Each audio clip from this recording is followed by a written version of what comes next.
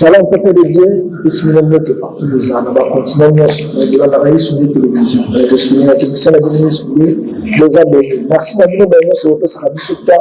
Les abonnés connectés, chaque année, quand on a téléchargé, quand on partage, les abonnés, la chaîne Christ s'applique, qui est sur les télévisions, Zambe apprend pour la haut, Zambe abat c'est le sous de télé. Les Olandanga, il est à la geste au mot, au mot, au colo, le baraka, merci Jésus-Christ, pour la souffle de vie, pour que ça nous va pouvoir soutenir. Au moment où tu as des problèmes, des hôpitaux, des morts, dans le temps, enfants, ils ont effort la vie sautée, ils ont courage la vie sautée, mais ils ont grâce et paix faveur à Zambie, dans le ici aux amis, dans les cas ici, et c'est un merci pour l'aimer à faire sa vie sautée, l'aimer à faire sa vie sautée. Nous avons donné la médiation, nous avons soulevé, nous avons soulevé la carte de partage à carte. Tous les abonnés à la télévision, ils parlent des alliés Zambie, abattre les sous, et nouvelle deux ans en haut, de l'eau, deux ans en Dieu, deux ans en Saint-Zambé, autre nous a combattu le pasteur David Padi, comment vaincre les esprits de poursuite démoniaques. Donc, nous avons dans le biseau, la limite à la plancher, pour vous en bénéficier, pour vous en édifier. Nous avons partout aux alliés, dans le biseau attentivement, partager pendant la nuit proche de nous, nous avons raté pour bâtir ça, nous avons raté pour pas pour c'est quand même chez la chaîne. Merci. Nous sommes à Bino Bandi, Bino Bandi, nous avons la mission. Merci beaucoup à l'autre, nous avons un téléphone à lui. Nous avons partagé les là-bas, nous avons partout partagé bien. Invitez nous à s'abonner, à profiter de la grâce, à profiter de notre voilà. Nous avons raté à repartager des locaux qui sont utiles. Nous avons raté à repartager des locaux qui sont pour de gloire. Voilà quelques émissions à repartager. Merci à partager les liens partout. TikTok, YouTube, la page Facebook, on va partager. Tu vas bénéficier de la ligne de chouchou. Va signifier la terre pour eux. Bonjour à Omdidier. Bonjour papa. Merci beaucoup pour la présence de la SUB, malgré célibataire, de ceux-là de Kala, du fiat de Kala. Pour la présence de la Merci beaucoup. C'est à moi de vous dire merci pour l'invitation. Ouais. Avant de continuer la thème, je ne sais pas d'abord quelles sont les nouvelles nous allons pour la téléspectateurs, même pour la vie sur les arbres. Bon, nouvelle aux en haut, c'est juste que Jésus revient bientôt. Nous avons il est grand temps après sa vie n'a pas parce qu'il revient bientôt. C'est ça, ce que nous avons comme bonne nouvelle. Merci beaucoup, pasteur David Bopadi. Après, votre côté la thème, on est causé un parenthèse dans la situation de cette vie dans le Congo, la guerre, la difficulté, la cabobélé, ils ont fait ça. Et fait mon corps, c'est comme s'il n'y a pas Jésus-Christ à la République. En dessous de l'eau, semble la mine, toujours prier, mais les gens souffrent, tu vas dire comment, tu vas dire que la situation est tombée tout la gomme, tel qu'elle voit en Dieu. Et là, nous, pour moi, pour que ça, la pour qu'elle tombe tenue, merci beaucoup. Pour ma question, c'est une bonne question. Alors, c'est que moi, j'aimerais bien dire, la souffrance n'est pas l'absence de Dieu. Ah oui. Passer des moments très difficiles, cela ne veut pas dire que nous avons besoin d'arrêter. Mais au contraire, nous avons besoin d'un moment sombre de la vie pour aller sa gloire, pour aller sa longo. Alors, je me rappelle un jour, Jésus a dit qu'il a boîte, tu n'as pas disciple, Mbonge et Betty, le vent a soufflé. C'est-à-dire, lorsque le vent souffle, cela ne veut pas dire que nous avons besoin d'arrêter. Mais alors, c'est un temps où nous avons besoin de à plus forte raison qu'il y a Azanayo. À plus forte raison que, quel que soit le vent souffle, tant qu'il y a Zali, il aura toujours un bon temps, il aura toujours un miracle. Alors, c'est que j'aimerais bien dire pour notre pays, chaque chose a son temps. Il y a un temps, il y a la guerre. Il y a aussi un temps où Kimia Nzambe s'est stabilisé dans Mboka. Et je suis en train de prophétiser dans ces pays. Le bon temps arrive pour ces pays. Alors, toujours comme on attend, il y a récolte. Toujours comme on attend, il y a Mboka. Parce que Mboka, ils ont Mboka, Nzambe, ils ont Mboka, quel que soit le temps difficile, Mboka, ils ont traversé. Moi, je suis en train de prophétiser. Il y aura un matin pour ces pays. Ça, c'est, moi, j'appelle ça, c'est la nuit qu'on a traversé et bientôt là, il y aura le matin. Pour ces pays. Dans l'économie, il y a une difficulté, dans l'assurance qui a un jour, Certainement. Certainement, parce que tout le monde a même la carte de la Bible, te belé, les cas, les cas, moment difficile, et l'éternel, oyo, abimaki, à se souvenir qui n'a pas nanaye, il est là toujours, il a toujours été là pour soutenir aux besoins de ses enfants, et je suis en train de croire, il y a un temps que nous avons restauré Ville Goma.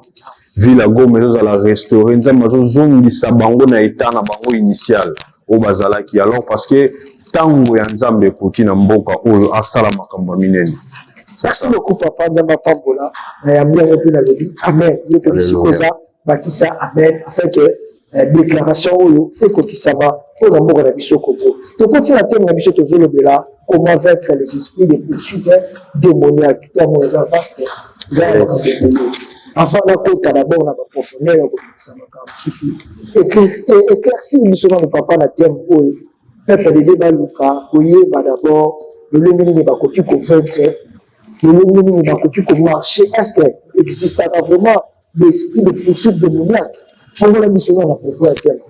Merci beaucoup, messieurs les journalistes, pour cette bonne question.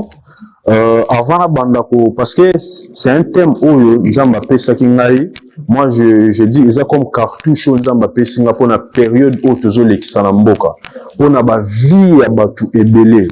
Oza libanda mboka, oza awana Kinshasa, oza partout que tu es. Et un message on Nzamba pesinga au bon moment pour na ko restaurer ma vie à Batu.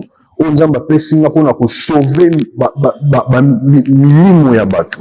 Alors avant ko kota na thème oyo, les thèmes bientôt là na ko inviter bino pour na livre toujours bimisa pour na thème oyo. Donc vous allez inviter, je crois que vous allez na Pullman, tout ça, la vernissage na bientôt, parce que nous sommes en train d'écrire, voilà même, au quotidien, la cahier, na jokoma. Donc, tout le la livre, il y a Exode 14, à partir du 5e verset. On annonça au roi Égypte que le peuple avait pris la fuite.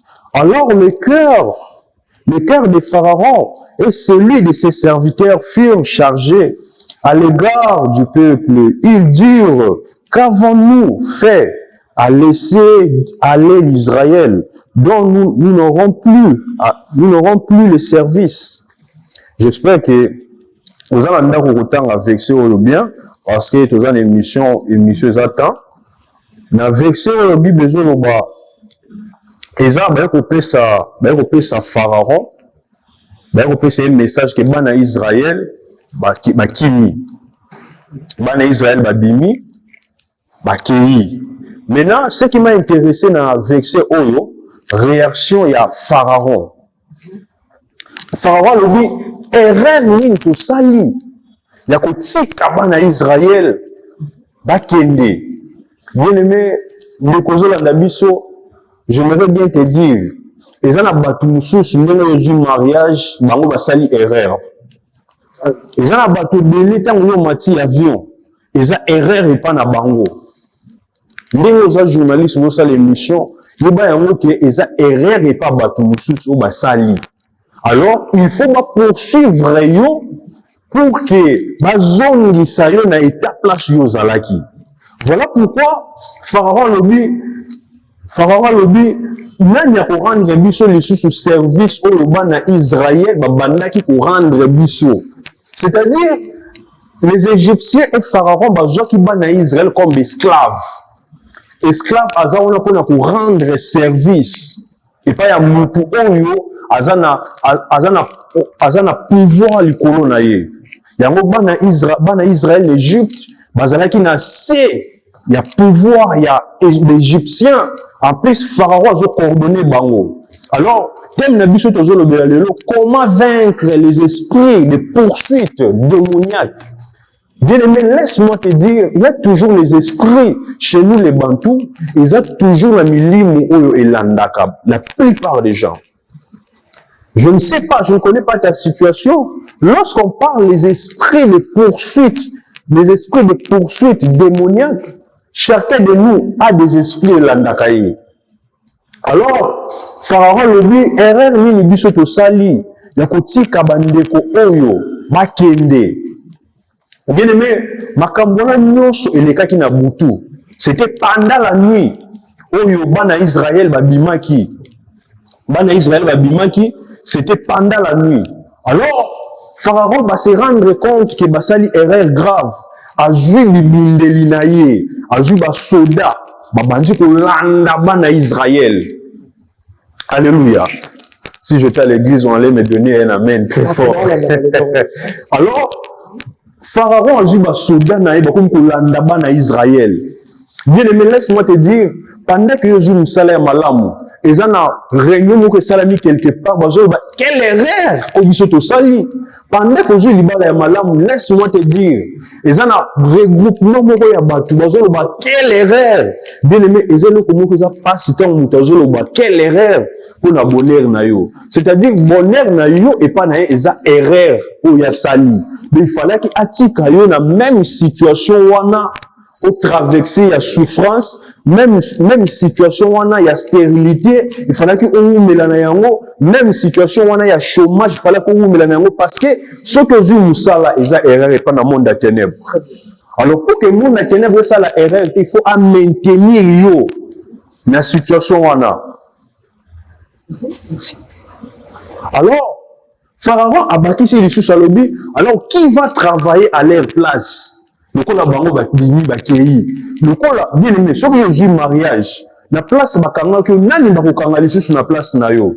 Nani akotika na chômage na place na yo, sauf que j'ai musala. Voilà pourquoi Pharaon a lobby qui va travailler à leur place. Voilà pourquoi il y a roba bandai bazo qui raisonne bango ezaki parce que lorsqu'on parle des poursuites, les poursuites des esprits démoniaques, il y a toujours une raison. Raison ya Pharaon ezalaki que bana Israël l'Égypte va pour rendre bango service. Alors, le quoi la service wana ezali suscité. Alors, il faut pas poursuivre bango parce que il y avait une loi. On ne peut pas parler des esprits de poursuite sans une loi. Dans chaque famille, il y a toujours une loi. Dans chaque pays, il y a une loi. Sauf qu'une famille n'a pas bâti loi. Je connais une famille à Matadi et c'était Mboka Moro ya Bakongo. La famille wana oncle na bango appelle ça décision loba non quoi appelle ça décision na famille Bakongo wana maman moko yana sala délivrance. Na famille na bango oncle na bango loba mutu moko ko katisa ka maïté. Personne ne pourra traverser la rivière. Pourquoi cela? Parce que quand on dit traverser la rivière, ça dit qu'au katisa mai pona koya na Kinshasa.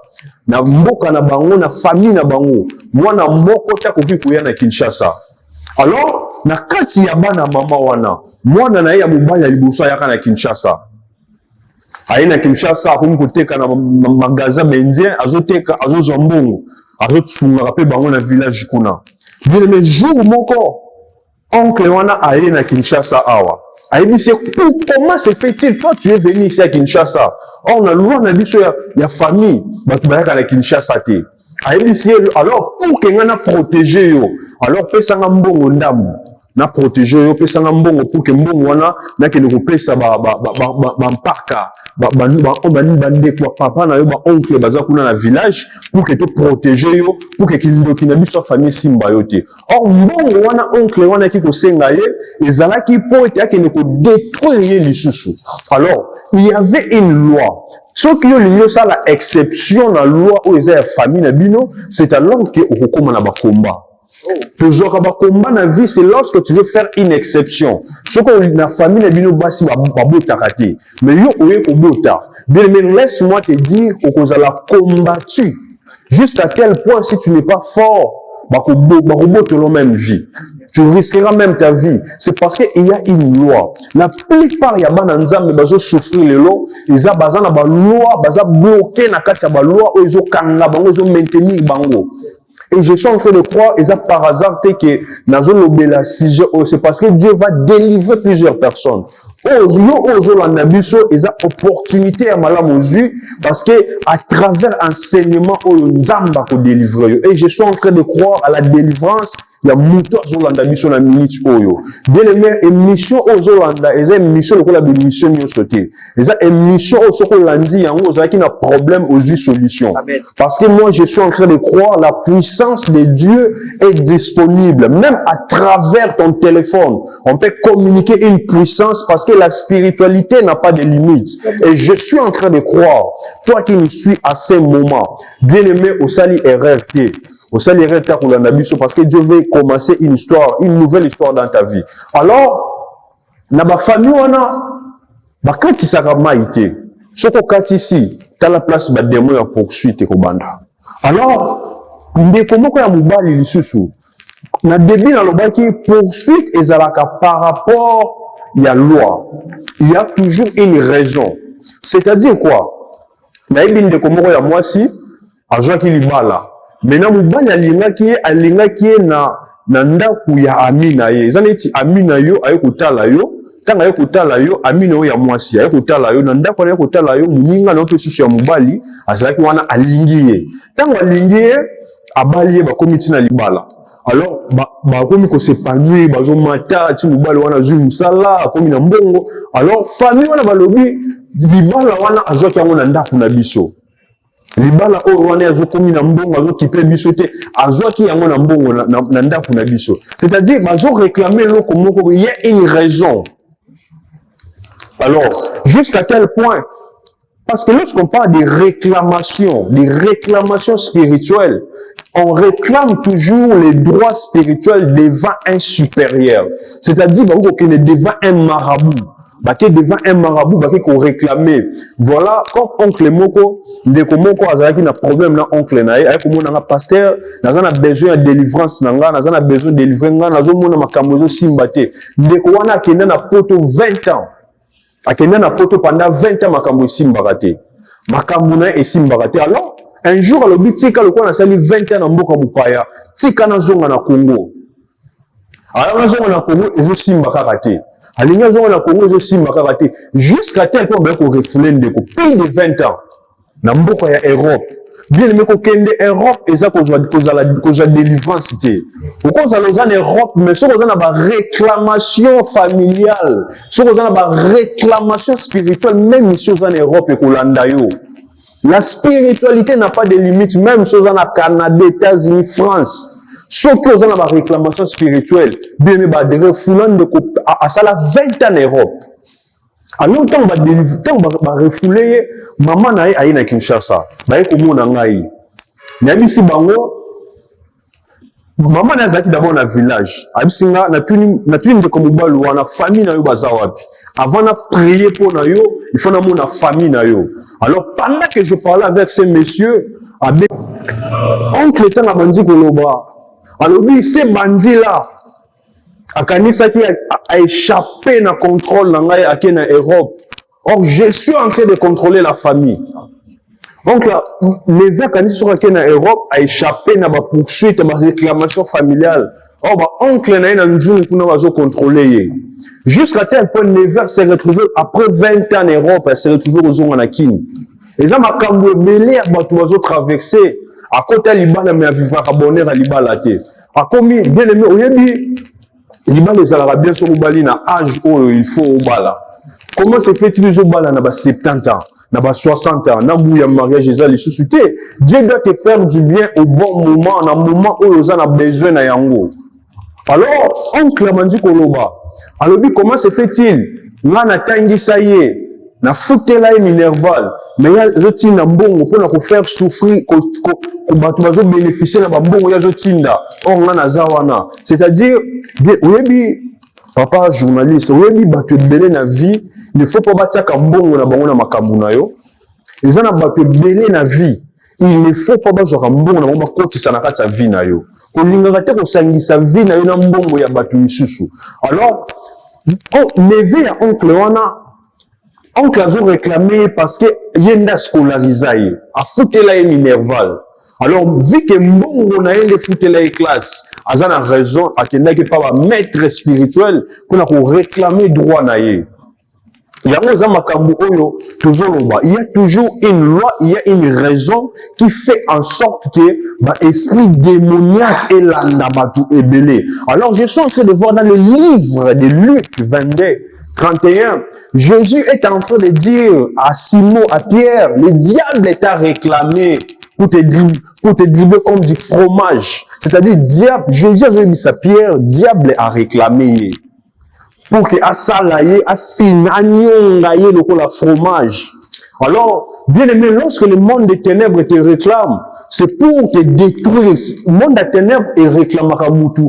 Pour que Ezongi saye na case de départ. C'est-à-dire, Égypte, Pharaon a réclamé Israël pour que Azongi sabango na case esclave.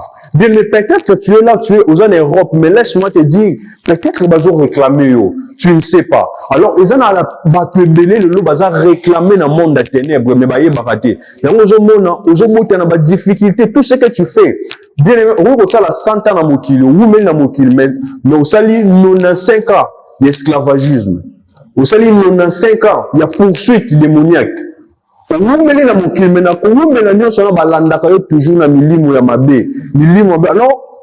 à travers l'émission, poursuite satanique, il faut écatana. Je suis en train de déclarer. Il faut écatana la vie, il faut la délivrance. Alors, il y a une émission, il y a un canal, il y a un instrument, et pour m'imaginer souvent dans mais pour que délivrance n'a pas, et à la totale, et je suis en train de déclarer au nom de Jésus, tu seras béni, tu seras délivré. Yo ozo landabiso. Amen. Ouais. Merci beaucoup. Il y a beaucoup de questions. Il y a petit à petit, d'abord sur la vision de nous, pour rappeler que si dans ma point essentiel, première question, papa, dans notre dossier, est-ce que notre coquille comme on a esprit démoniaque là, mis sous elle, à mon esprit désolant, esprit désolant. Ok.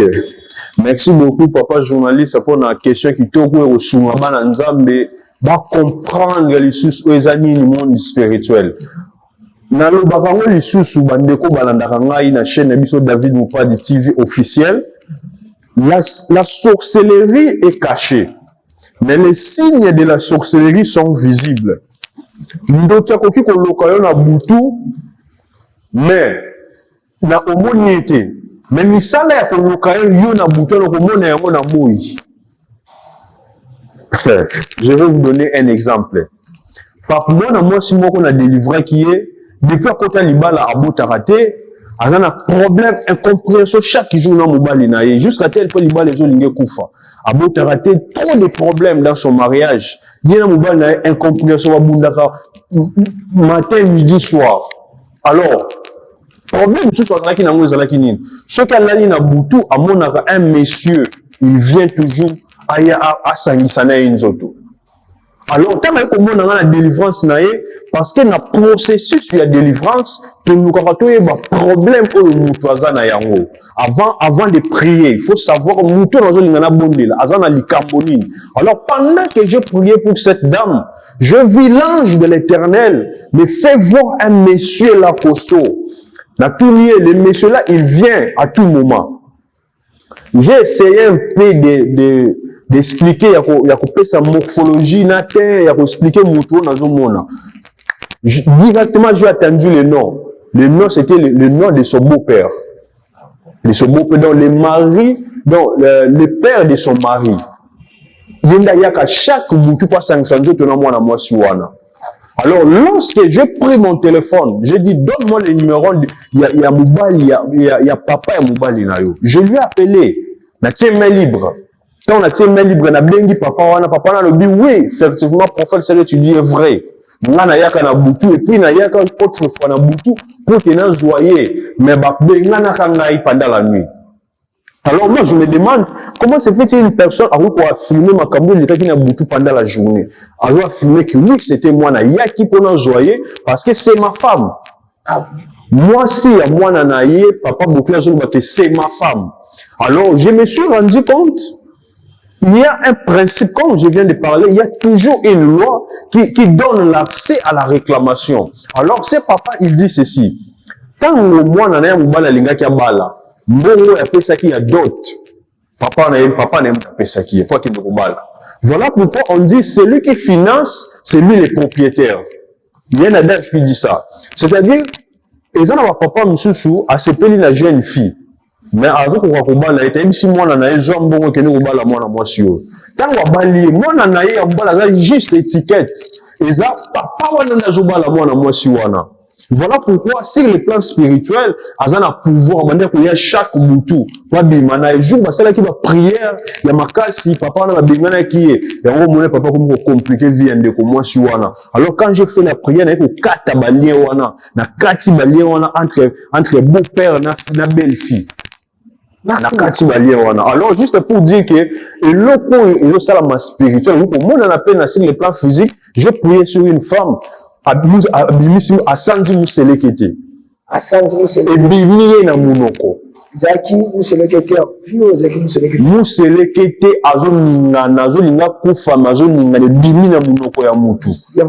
J'ai prié, les images, n'habité ce qui régit, mais prochainement, tu reviens à la image, wana. On a prié sur une personne, vous célébrez bimé dans mon nom. Et ça, comment les choses spirituelles, parce que nous ici déjà que les esprits, comment vaincre les esprits de poursuite démoniaque. Tout le monde déjà que l'esprit, c'est le coup déjà moi plaisir à ici. Si on veut ça dans comment la sorcellerie est cachée dans le corps. La sorcellerie, on ne voit pas, mais la sorcellerie est cachée derrière un corps. C'est-à-dire, il y a les esprits qui cherchent le corps pour habiter. Sorcellerie est fan dans la sima et loko. C'est-à-dire, bah, on peut ça lipa, bah, peut si moi na lipa, bah, le but, je lipa ou, allié lipa. Lipa, on est à lipa ou, bah, ça, on a ma boulangerie, mais na quand ça lipa, on est à esprit.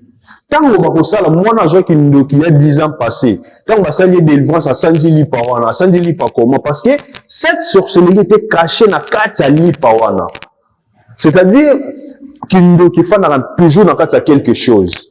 C'est-à-dire, Namboka Namsoba Toualobaka, Oizamboka ya Lyon, Mboka ya Nkoui, il y a Léopard, c'est ça. Comment on va Mboka ya Léopard? Parce que Léopard, comment on dit ça? C'est parce que il y a toujours l'esprit en Nkoui, Mboka Oyo. Voilà même méchanceté comme une internet, sur les réseaux sociaux. Vous sentez molimo ya Nkoui, molimo ya destruction.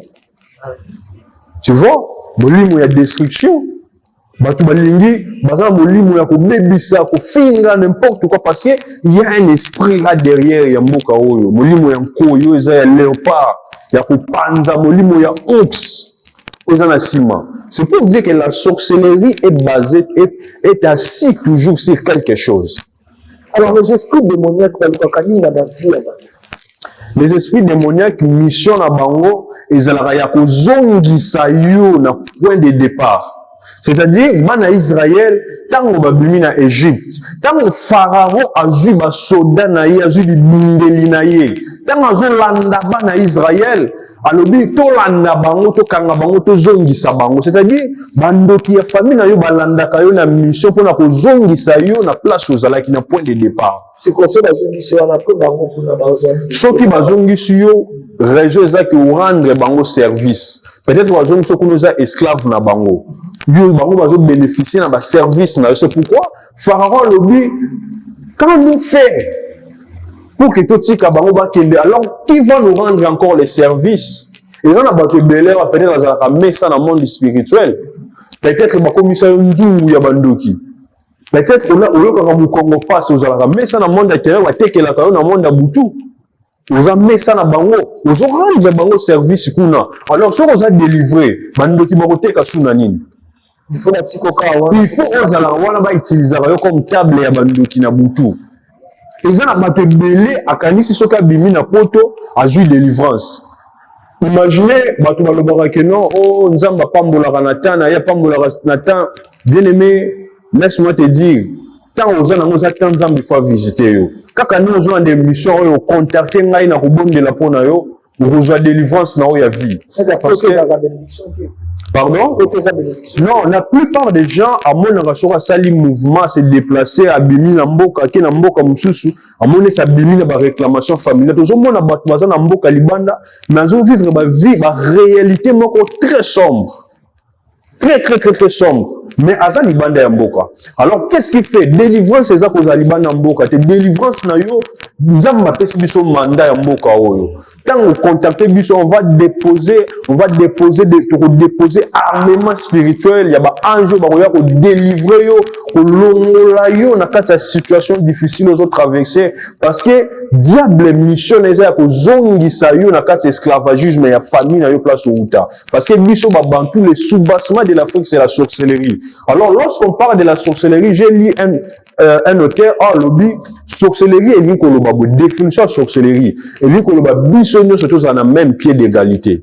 Nous, sommes journalistes, nous sommes mata. Nous kita. Alors, Pindo qui n'a bango kolobani non biso so foto zara na niveau ya C comment yazo sala makambo mine biso de ko ko matate alors il faut te poursuivre parce que na kindo biso les autres za la ndenga mo na fa biso to bala raté biso nyo to bota raté alors tant yazo sala l'exception ya ba journaliste ya Congo ba kolinga ba combattre yo jusqu'à tel point Sio restamba inyoso bozora na biso nzamba pambo la Bible exactement il faut les ala makambo bible parce que makambo papa zoloba za makambo tozomona mona batare yalo tuza vie ya kingi za bloqué ya kingi za compliqué bomona batunso ba forcer na cause za passe parce que makutimi na biso za na ba réclamation les ala ba poursuite bible exactement compte comme capé pour le melamo 3 ou 4 fois pour iska bala nzando bizabo simba babula na biso et vous profitez d'un moment de prière votre kolekisaka en ligne déjà émission pour vous ala béni et pour vous prendre Mwana yebaki bazolanda yo na minimo ya monde des ténèbres parce que parmi la signe ya liboso osalaka basonge ya mabe elotaka toujours bazolanda yo na bambeli elotaka toujours bazolanda yo na babato milaya ba 5 mètres ndeko ndeko mobali moko akomona nga papa soki na lali na butu namonaka mutu moko ya 7 mètres azolanda ngai imagine mutu ya 7 mètres costaud azolanda ye aza poursuivi par les esprits de mort bazoréclamer vie na ye baloba na famille na bamutu akokokisa 70 ans te alors ye akokisi 70 ans mais esprit wana bageye komi kolanda ye abisinga monaka bato ya 7 mètres bazolanda ye c'est parce que aza poursuivi à briser loi moko spirituel première des choses a basonge oyo kolota bandoto bande kolota bandoto ya mabe bandoto wana ezolakisa koza réclamer neti Pierre bien aimé toi tu n'es pas trop spirituel que plus que Pierre mais Pierre azalaki poursuivi Pierre azalaki réclamé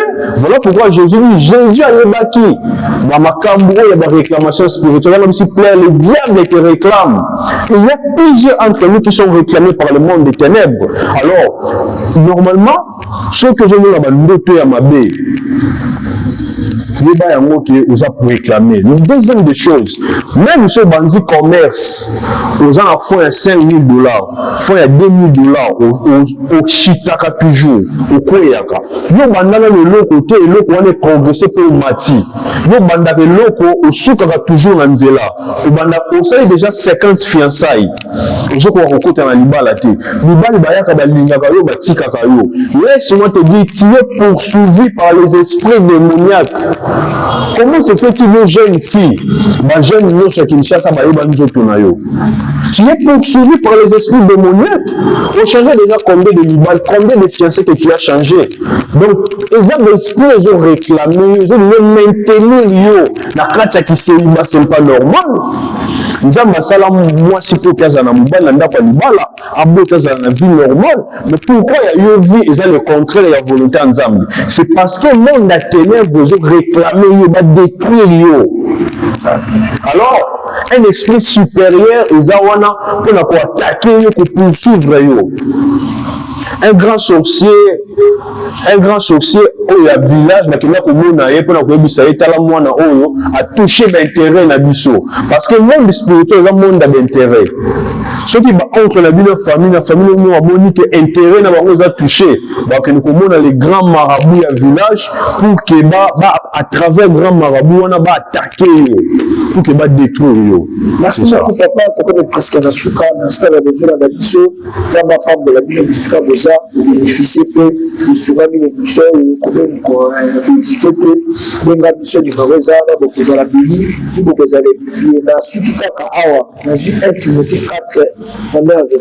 cependant, l'Esprit déclare clairement que dans les derniers temps, plusieurs se détournera de la foi parce qu'ils s'attacheront à des esprits trompeurs et à des enseignements inspirés par des démons. Dans ce cas, papa, est-ce qu'il y a enseignement aussi à des démons dans le moment où je vis? Est-ce qu'il y a aussi des démons dans les églises? Voilà.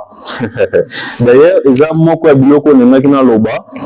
y a des poursuites démoniaques liées aux églises. Il y a un pasteur qui dit Mwana oyo, ngai mutu na boko lié mwana oyo ayaki en église ayeko koyemba awa. Tanga matériel ngoyemba na l'église mususu. Place à okende makambo ko simba te, mais ça c'est la sorcellerie. Ozo kapa batu mususu baza poursuivi même na ba parents na bango biologique. Bato mbele lelo baza poursuivi na ba parents biologiques. Bato mbele baza poursuivi na ba pasteur na bango. Comment une église ou certains pasteurs peuvent réclamer un droit pour la vie de son enfant? Le pasteur a dit moi na yaki une église a yaki le côté na bondela ye moi comme oyaza mettant à jui atiki na yoko comme pasteur mususu. Bien aimé, c'est que tous a condamné quand tous à la place moko non. Ça c'est la sorcellerie. Et ça c'est déjà une raison parce que lorsqu'il y a une réclamation, lorsqu'un pasteur, une église réclame une personne, lorsqu'il y a une réclamation, il y a les esprits. Quand le pharaon a réclamé à Israël, a benaki ba esprit naïe, ba tunaïe, ba soda naïe, ba kota na nzela ki nokolanda. Alors la réclamation est égale, il y a des esprits impurs. Ils ont attaqué les pour que les hommes d'Israël na personne. Alors ils ont pharaon mususu, azo ba mwana nga na tangisi azumbo alia kaina mwasi na sunga kangate. Les parents ont réclamé quelque chose. Les frères ont réclamé, il y a déjà la présence des esprits. Au depuis que na libala wana sunga kabisote. Il y a déjà les esprits qui sont derrière là où accompagner parole wana. Derrière chaque réclamation, il y a un esprit qui sont derrière, les esprits qui sont derrière cette réclamation. Beaucoup, la plupart des gens sont réclamés, même dans ma quartier, toutefois, il y a un quartier, il y a un souffrir. Je lui ai naé, il y a un quartier, je lui ai naé, glace, mais il y a un quartier, il y a un quartier, il y a un quartier, il y a même des réclamations des quartiers, on est réclamé partout. Voilà pourquoi ta vie ne marche pas. Parce que c'est ça la lorsque vous avez dit la Jésus-Christ a fait le sabbat de sa chair, mais Matthieu a été inspiré par les démons. Parce que la Bible ne dit pas mélanger la lumière et la ténèbres. Alors, c'est ça. Ok. Bon, je ne sais pas. Je ne connais pas trop si c'est domaine. Oui.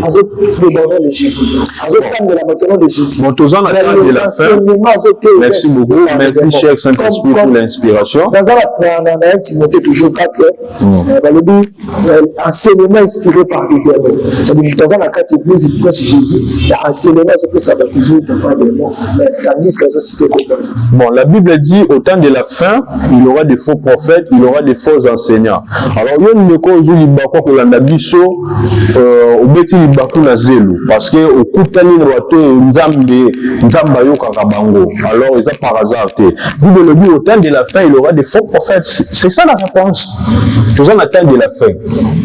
Alors, pour chuter, maintenant, le boulot comme on est très capital. Ils ont abandonné le délai, tant il fallait pas porter la Liban, ils ont tant où ils ont changé ma fiancée.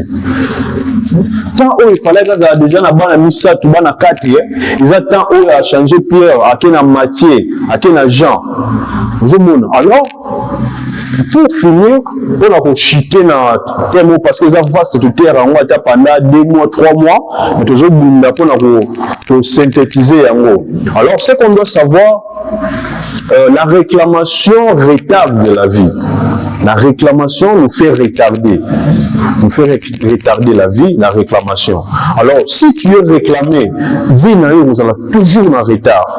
Vous avez besoin d'avancer, mais vous allez toujours en retard parce que tu es réclamé. réclamer. Lorsqu'il y a une réclamation, il y a toujours les retards. Donc, je me dis 40 ans, c'est parce que Azar réclamé. Quand tu es réclamé, tu auras toujours les retards. Si on a un retard dans la vie, c'est parce que tu es réclamé par les esprits démoniaques. Donc c'est ça. Merci beaucoup. Merci d'abord pour la débition. Tout comme je pense qu'il y a des soukas. Nous avons pas pour la bénédiction. Il y a une commission sur l'équipe technique.